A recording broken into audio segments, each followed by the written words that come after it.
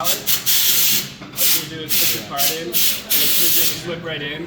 What's correct size? How do you know? So yeah, like it should just slip in. It's the smallest one that your part still fits into. Okay. Because if it's any larger, you're gonna just infinitely tighten it into the lathe and it'll never go in. Okay. Every collet has this little slat. Yeah. And there's a corresponding tooth inside here. You don't really need to know where it is. You just gotta rotate the collet until it slides in, like that. Yeah. You want it to be fully in there, and then to tighten the collet onto the part, and so you know, collets have all those cutouts because the lathe is going to grab onto it and squeeze onto the part and the collet. So toss it in there, make sure it's flush. You're going to come over here, bring this handle in. It's going to want to push your collet out so it's not flush, but if you want it flush, so bring it in until you feel it pushing, but it's not pushing it out. And then there's this black ring right here. I like to hold onto the black ring and push this away from me. That's going to start tightening the collet onto the part into the lathe. It's going to tighten so much that you can no longer tighten it anymore. And then you're going to find a home for this pin. You guys can't see it over there though. But there's this pin.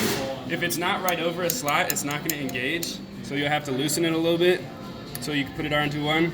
Now it's engaged. What we're looking for is when this handle's to the right, you can pull your part out, which I can't because it's already too tight, so you can loosen it a little bit more. It should be able to come out, and then once this handle is away from us, it should be stuck in there.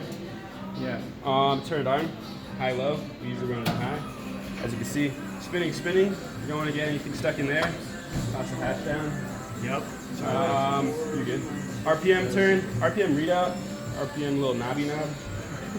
None of the RPMs are super accurate, or super, I guess, accurate. So if it says 1,000, that's close enough.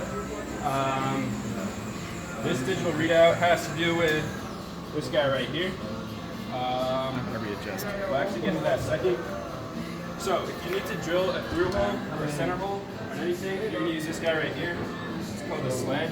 So latch it, bring this down. Now it can move on this surface. It gets stuck, but you want to be careful. Come on, Max. You'll be careful. You gotta be careful because if we're reaming a hole and it gets stuck and you just slam the reamer into the part, it's gonna be a problem. So what you'll do in terms of drilling a through hole or a center hole, so you got this guy right here. I want you to saw that off. Oh yeah, I'll just explain. Okay. Stupid idiot. What I'm doing. This is a drill chuck. So, in terms of how to drill a center hole, you toss a drill chuck into this sled. You'll toss a drill bit into this drill chuck. All the drill bits are in these drill bit boxes. So get whatever you want. Say it's a C-size drill bit. Boom. Tighten the drill chuck onto the drill bit by hand, and then you have a chuck key. I know this part. Tighten the drill bit into the chuck, and then the process will be you'll turn it on, and then you'll slowly bring that drill bit closer and closer. You'll drill the hole. Yes. This thing is really big and really long and really not rigid. So this is like a special case. It won't do that normally. So don't be worried about that for now.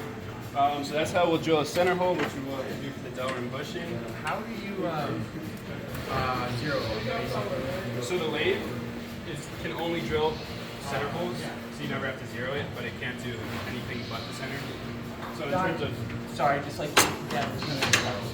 So if you rotate this out, there's a little ruler right here. There's also just tick marks right there by the thou. So every rotation of that handle is 100 thou, or if you're doing something really deep, just look at this, by the inch or by the millimeter. Most of our stuff is going to be through though, so you won't have to worry about depth.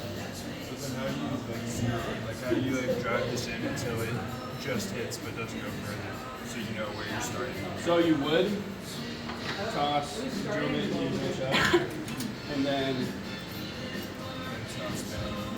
yeah, you just bring it up. And low-key, I like to bring it up to about an inch, and then bring up the sled right up to it, and then you kind of eyeball it, lock it in. Then you can bring it off. You don't want it to be touching when it's revving up, so just bring it off. You know it's starting at 1 inch, and then offset from 1 inch to whatever you're doing. Next up, is bringing down diameter and facing material. That'll involve the other contraption right here. As you can see on the digital readout, we got Z and X. Z is left and right, X is up and back. To do stuff, you'll grab a cutting tool.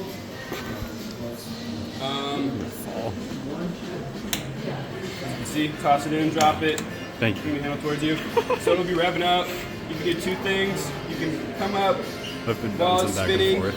touch the face of it, and then move inward. That'll face the material. That'll just bring down its length in the Z, or make it nice and smooth. Same thing in the X, or you can bring down its length or diameter by moving it in the Z, like that while it's revving up. Pretty simple. In terms of how to do it specifically, let's say we wanted to bring the Z down, bring it up, make contact, boom, Z0, bring it off.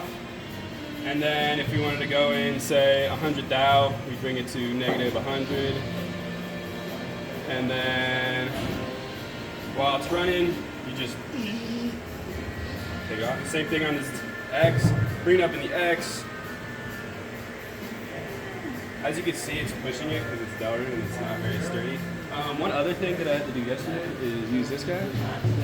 Since it's super long and it's bendy, we can use this guy right here. It's an extra supporting piece. So as you can see, there was that weird hole in there. That was because of this. So bring that supporting piece up and into the part, and then go ahead and lock it in place with this guy. What that is doing is, now if I'm touching the part with this tool, it shouldn't want to move or deflect anymore. But that's kind of specific to a part that's really long. It won't be super useful on anything else. Now, would you zero it before you do that, or zero it, then put it in, hold it, and then take off? It's totally up to you. That's pretty much it for the lathe. We can hop on the mill and do a quick